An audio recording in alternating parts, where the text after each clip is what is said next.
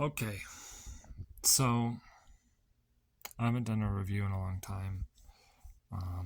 We're gonna stick with clock tower lights probably for a while, but clock tower lights is not always going to be my name here. So today we're doing a review on the Acebeam W35. Let's just jump into it. I'm going to start with objective reviewing, and we're going to go into subjectivity. Okay, so to begin, we have a nice flashlight here, and it's got some what do we call it? It's got some interesting properties to it. We're going to start with. Okay, there's probably better reviews for both the beam and all that. You can see the LEP in there when we have a light on. You can see these screws in there too. Those screws are really tiny, and so that shows you just how incredibly small the let me block the light here. It shows you how incredibly small that little tiny LED is. And it's not an LED, it's a phosphor surface, but it basically it basically functions like a very small LED. We can talk about how LEPs work in a little bit. So what we have here is supersonic bass. Anyways, what we have here is this plastic charging indicator there. Okay, and I'm going to see if I can't do this with one hand, but it may be somewhat difficult. I abandoned doing it with one hand in favor of pausing the video and not scratching my flashlight. So there it is plugged in, and you can see it's red because it's not 100% charged. This is charging off of a battery bank. Okay, and it's useful as it normally is to charge a flashlight like a Phoenix flashlight or some of the other Acebeams, maybe, I don't know, and keep running the flashlight. This one will not turn on when it's being charged. Okay, so there's no reroute circuit in the charger. Remember that batteries have to have their circuit reversed in order to be charged. I'm going to pause it. Okay, now, incredible build quality. That little light that I showed you just now is plastic, but it's well glued. You can see this glue around it, so it's very water resistant. But here's one of my issues with this flashlight. This Type-C flap is probably, based on Acebeam's history for myself, it's probably not totally water resistant. It's going to be hard for me to explain. But I think that without the flap, there's no water resistance for the Type-C. And that's kind of disappointing, only because this flap isn't the best. Okay, you can see where the metal is not all that deep right here. Okay, and so I don't know if this flap is actually getting all the way down to that metal. Even if it is, it's not primo ultra water resistant the way the X80 GT is, and some of Acebeam's other flashlights that are not rechargeable. Okay, so I just want to put that out. All right, so the biggest thing that I want to focus on is the user interface. And so the user interface is oops, see, I just popped this out again. That's the other reason I don't like it. It's very easy to pop it out, including when pulling this thing out of a holster. Okay, and it's hard to make sure that it's actually all the way back in there. Although at least it's intuitive and in line with the normal switch. So general operation, you're not going to be screwing this flashlight up. You should be fine in heavy rainstorms. That's not my problem. It's just technically, it says it's IPX7 to 2 meters or IPX8. It's not. That's a crock of unless that USB-C is good without this flap on, that's a stretch. Okay, it's IPX7 at the very, very most. Okay, I'd be interested to see other people test the water resistance on this. I'm not going to do it, but I'd be interested to see somebody prove that it's really IPX8 and that there's no water penetration into the type C. So after taking it out, thoroughly dry it off, to take a damp towel and dry it all off, and open this up and show me that there's no water in there, because I think that you can get it in there. By the way, use food dye in the water in order to really see if it penetrates. Use some red food dye. So this little indicator here, however, that we see is green, that is rubber. That is not plastic, which is interesting. That makes it very easy to waterproof it, and it makes it very durable. So that's really nice, or interesting at the very least. Okay, so here's the normal operation. So we have it on from the tail cap. That's the only thing the tail cap's capable of doing. Then we have the power settings. And so we have power settings, and we go low, medium, high, and we go back to low. Double click to turbo, triple click to go to strobe. One click from strobe brings us down to low mode, even if we were in medium or high. Okay, from turbo, okay, one click brings us down to low, no matter what our other mode was. However, say we're in medium, and that low will then be memorized, but say we're in medium, and we go to turbo, okay, then we turn it off. If we turn it back on, guess what happens? It goes back into medium mode. Not into low, but into medium mode. Okay, so that's kind of interesting. We go to high, and we go back down. Oh, we go to... Maybe that was low. No, we go up to high. We went back down to low. Oops, I pressed the wrong button. Oh, Lord forgive me. Okay, we go up to high, and then we go back down to low. Okay, so I was pressing the diffuser mode, which is okay, because now what we're gonna do is we're gonna show you something interesting about the diffuser. So the diffuser goes all the way through 9 different settings. I'm not gonna go through all of them right now. Okay, but here's what's interesting. You turn it off, you turn it back on, it will be in the same power mode, power level, and it will be in the same diffuser level. But here's what's really wild. When you double press the diffuser, it will always go, unless it's already in its laser mode, it will always go into laser. Okay, when you press it again, just single time, it will go from laser down to slightly diffused, and it will start cycling down from there. So that's really great. Okay, when you turn it back off, it will memorize where we are. But let's say you turned it off when it was in laser mode. If you turn it off from laser mode, it will actually go back to where it was. Remember that we were going down. If you press it again, it will continue to go down or more diffused from where it was. Okay, and it will keep cycling that way. But let me show you something interesting. Let's say we go right into laser. Well, let's say we test it twice again, and we go all the way out into flood, which happens very quickly, very, very nice. We turn it off. Guess what it's going to be in? It's going to be in that mode, memory mode. But what's interesting is now it's going to start going up instead of down. In other words, it will become less diffused instead of more diffused. It's not that it has forgotten where it was. It's that whenever you turn it off, so we're going to go to laser again, and then turn it off and turn it back on into its mode memory. It won't go up. It will not be less diffused as it was in a moment ago. It's going to be more diffused. So basically, if you use the shortcut of double tapping this mode, okay, and then you turn the power off and turn it back on, it will always go back to the memory mode, and it will always change the direction that you're going, okay, into the direction that is going away from the shortcut. So again, if we're in mode memory, we shortcut it to laser, okay, we turn it off, turn it back on in mode memory, we hit this thing again, and it will always become more diffused. So it's going away from that laser mode.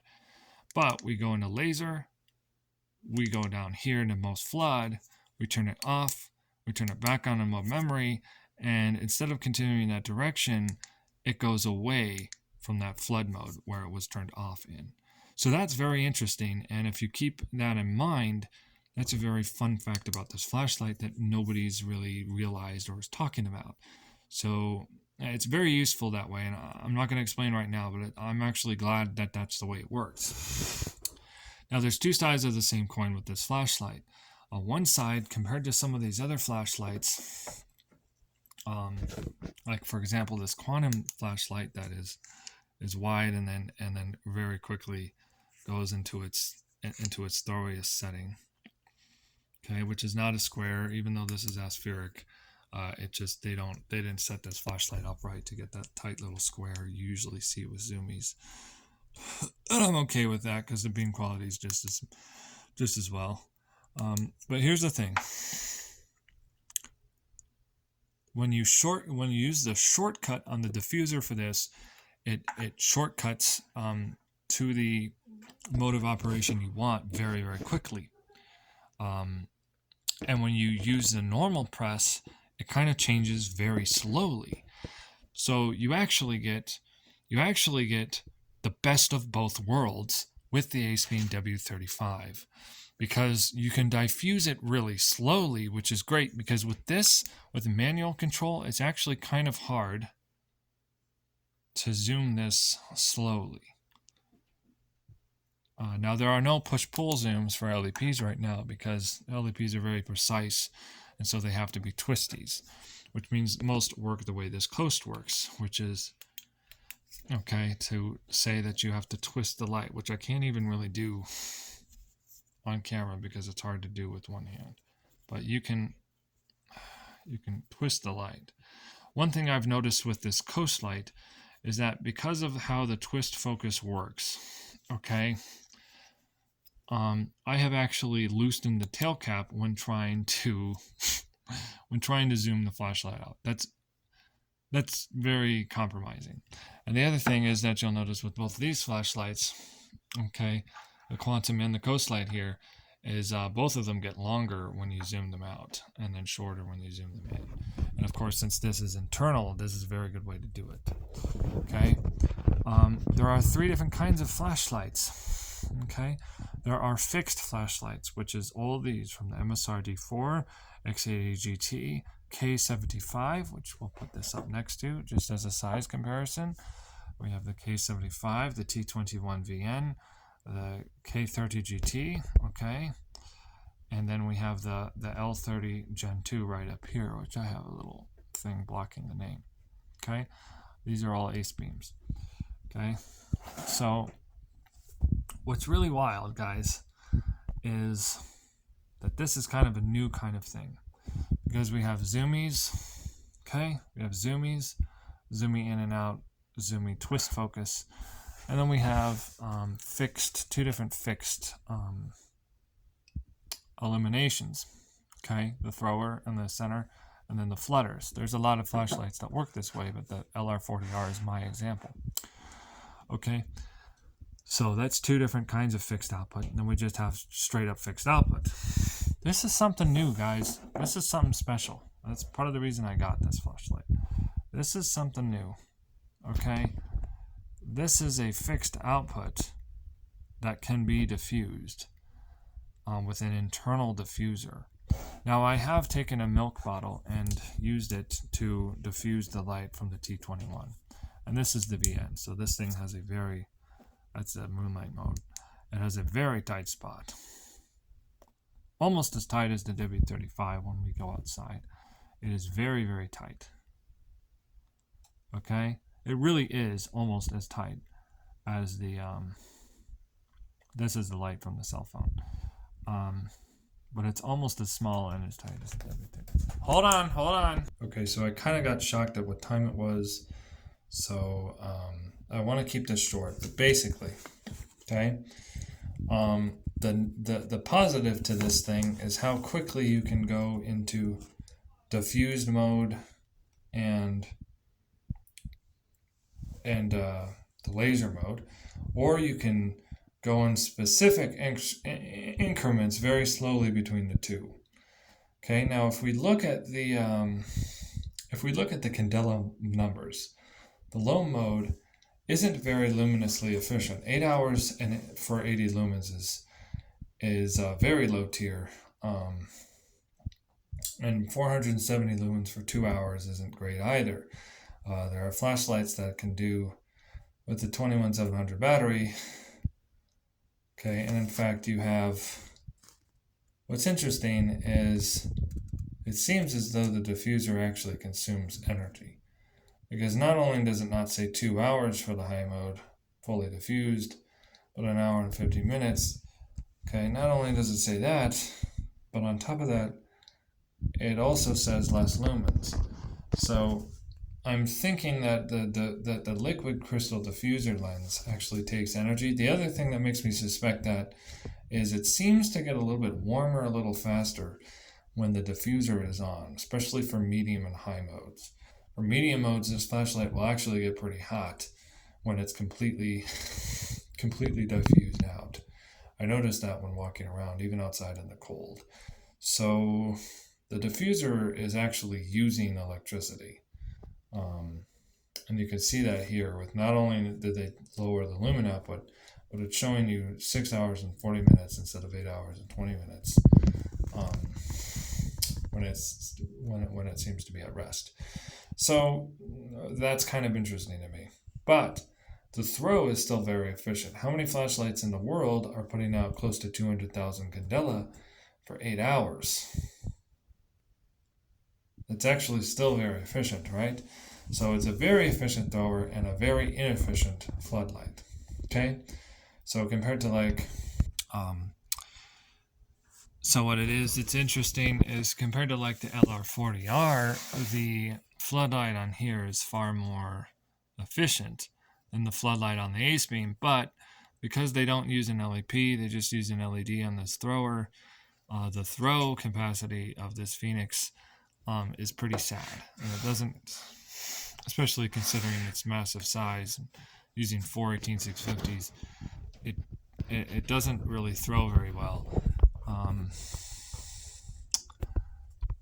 So it's kind of at the opposite end of the spectrum, and I can tell you right now, there's a lot of flashlights in between these two that exist.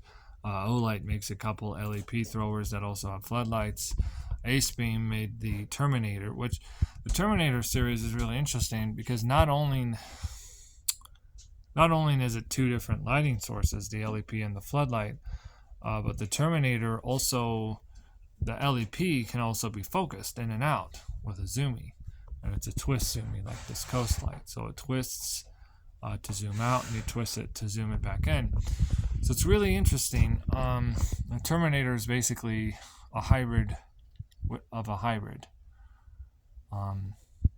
So it might kind of the Terminator is definitely going to be a little bit more on the thrower side, because the floodlight's basically like it's basically like taking this guy and just adding an MSRD4 along the side of it. Because it's basically like a 3000 lumen floodlight. 4,000 lumens in some cases, I think. In any case, so what we have, is an incredibly efficient thrower that can also kind of flood, but the manner at which it does that is phenomenal. Okay, it's unparalleled. Nothing else is going to work that way, and we gotta consider that. So let's try to keep that in mind. Okay. The liquid crystal diffuser in this is a phenomenal new piece of technology that even with flooders that would be more flood dominant than they are throwers. I mean, this could change everything if it's a consistent good technology. But like I said, that it seems as though it actually consumes energy, which is not something I was anticipating all that much. I thought it would be like a switch that's changing something in the light. But that's not really what it's doing. It's actually actively doing something, which might be why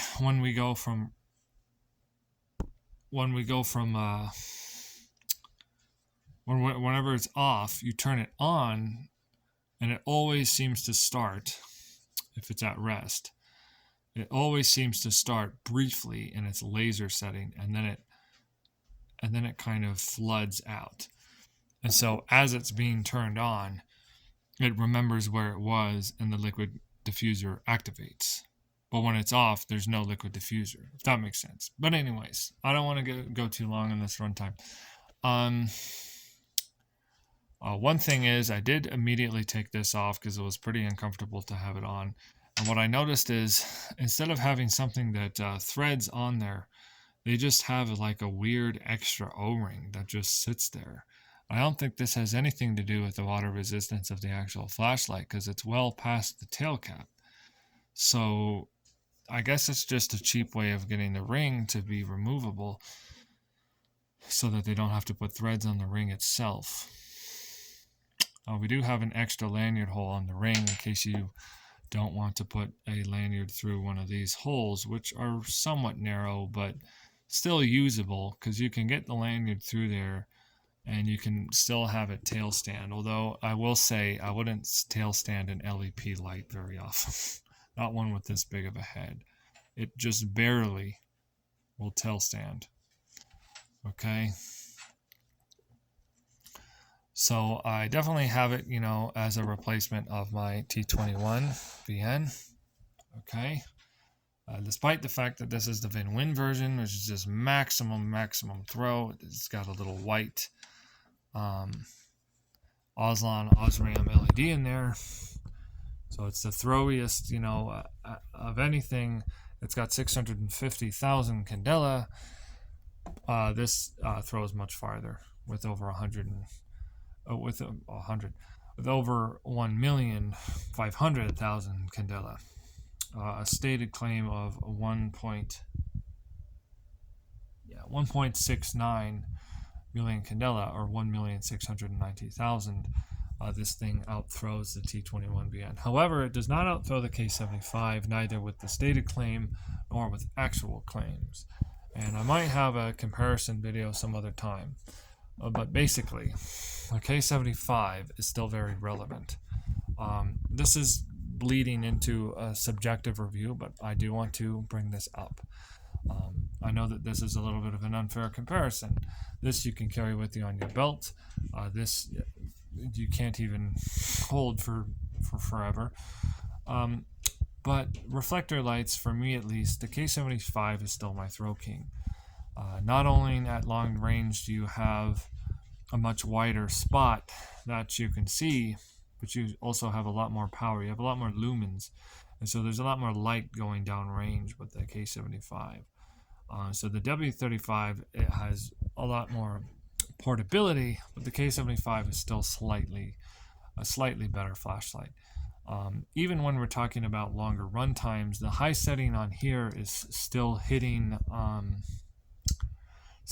close to 700,000 candela, whereas this one is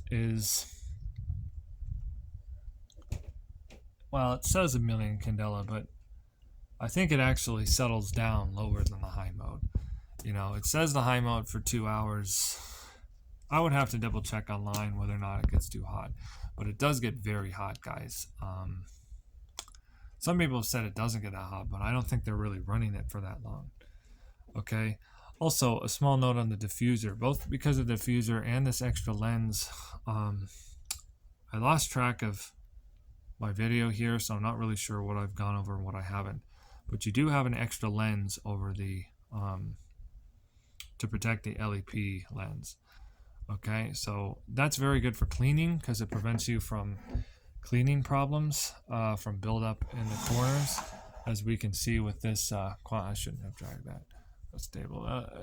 With the quantum light, this isn't very clean because it builds up in the corners.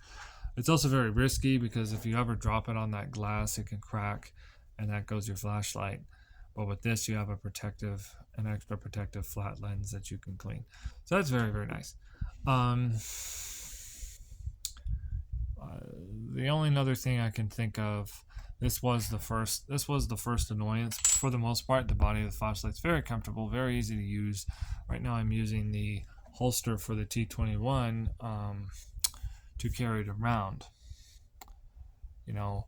So we do have a gram scale here, so I will show you the gram scale with the battery that it came with the flashlight.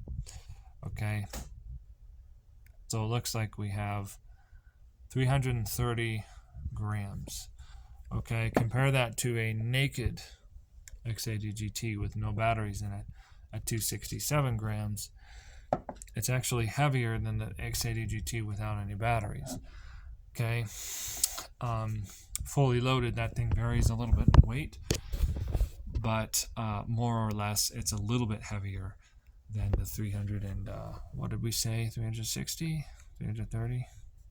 Yeah, 330 grams, and I think that the XADGT is close to 360, but I'm not 100% sure. So that's that. That's the main part of the review. Let me pause, see if I can think of anything. But yes, I mean, I just want to stress that this is a new kind of a game changer with the liquid crystal. It has its caveats. It's not the best in efficiency. It's dragging it down a little bit, etc., etc. But being able to just being able to back it off a little bit, like I have here, and just have it, you know, somewhat diffused, is very, very nice, because at close range it allows you to mitigate the problem I was just talking about with the well, I don't think I actually said this on camera, but the T21VN is very, very focused. And if you try diffusing it with like some kind of, like a milk carton, you can do that. You can take a milk jug and cut it into a nice round piece, and you can put it on those flashlights, and they're nice and diffused. You know, even the K30GT, but the K30GT has a lot more luminous potential, and so it actually has a very nice beam pattern. There's things about this flashlight I like a lot more than the W35, and it's still relevant. But when you're actually really trying to throw light, the W35 makes the K30GT irrelevant. It just throws so much farther. It's literally like a laser. We got a lot of potential for this kind of technology. I definitely think you know, it's not perfect. Like I said, it will not keep charging if you have it plugged in. Okay, or I mean, I'll not keep charging. It will not. You can't turn the flashlight on if it's plugged in and charging. Because of the way this charging flap works, I'm not 100% sure that that's really thoroughly waterproof the way that it says, and it's certainly a lot lower water resistance than everything else that's so nicely built into such a high quality flashlight. I'm a little shocked that they have a flap that's narrow. It's nothing like the L30GT's flap, which, although I did find out is very necessary because you can actually see light radiating from in there. It's a very, very nice flap that completely and deeply covers that hole. So, and the L30GT has been through extensive water damage. I have dropped it inside of a plumber sink, which is a very deep sink that's on the floor that you fill with water when you throw out a bucket of water. I did drop it in that with water once, and it survived that. So, you know, I don't doubt Acebeam. I just doubt this particular piece to this particular product. Okay, so that about does it. There's really not anything else to talk about. You can probably stop watching. Let me just think a moment if there's anything else. So in summary, this flashlight is for anybody that wants something that's a little bit more special, that's a little bit more capable with modern technology, and that's a little bit more useful to walk around. The bread and butter of this flashlight is that while you're walking around in the dark, and I will do a little test later. My cell phone camera can't pick up the difference between this and the T21VN and these other lights. You kind of need the human eyes to see that, or a much better camera. But the bread and butter is you can walk around, diffuse the light. You can put it all the way down in diffusion. You can put it all the way up in a laser mode. And it's so fast. It's such an incredible speed, guys. You just, you know, you go all the way up here, and you can go all the way down here, and this just, it's instant, you know. This is kind of slow, but this is instant, you know. But again, we turn it back off, turn it back on, and just to remind you, this special little function, it's going to go away from the focused mode. In any case, I think, yeah, that would be it. No pocket clip. It's definitely not, I would say, at 320 grams, it's not really something you want in your pocket. You can put it in a jack pocket temporarily, but you're not keeping it in your jacket all day. But it does definitely fit in a T21 holster. It'll fit in other holsters. It'll fit in one of those night eyes holsters you can get from the store, but I don't recommend you do that. Get something like the T21 holster, or something a little bit more supportive of the head of the flashlight, okay? Because that thing just kind of hugs the body towards the middle here, and it just doesn't do a great job. So that's about it, you know. Oh, because it doesn't memorize turbo mode, obviously, you can't signal with turbo mode. I don't know how much that matters to anybody. It mattered to me a little bit that you cannot turn it on in turbo. You have to turn it on in high, but high is still most of its power. It's still 65% of the flashlight's power, so it's not like you're not missing a whole lot. And because it's more efficient that way, you'll be able to signal and all that a lot longer without going into that turbo mode. That'll be about it. Thanks, guys, for watching. And of course, subscribe and all that to see more content like this.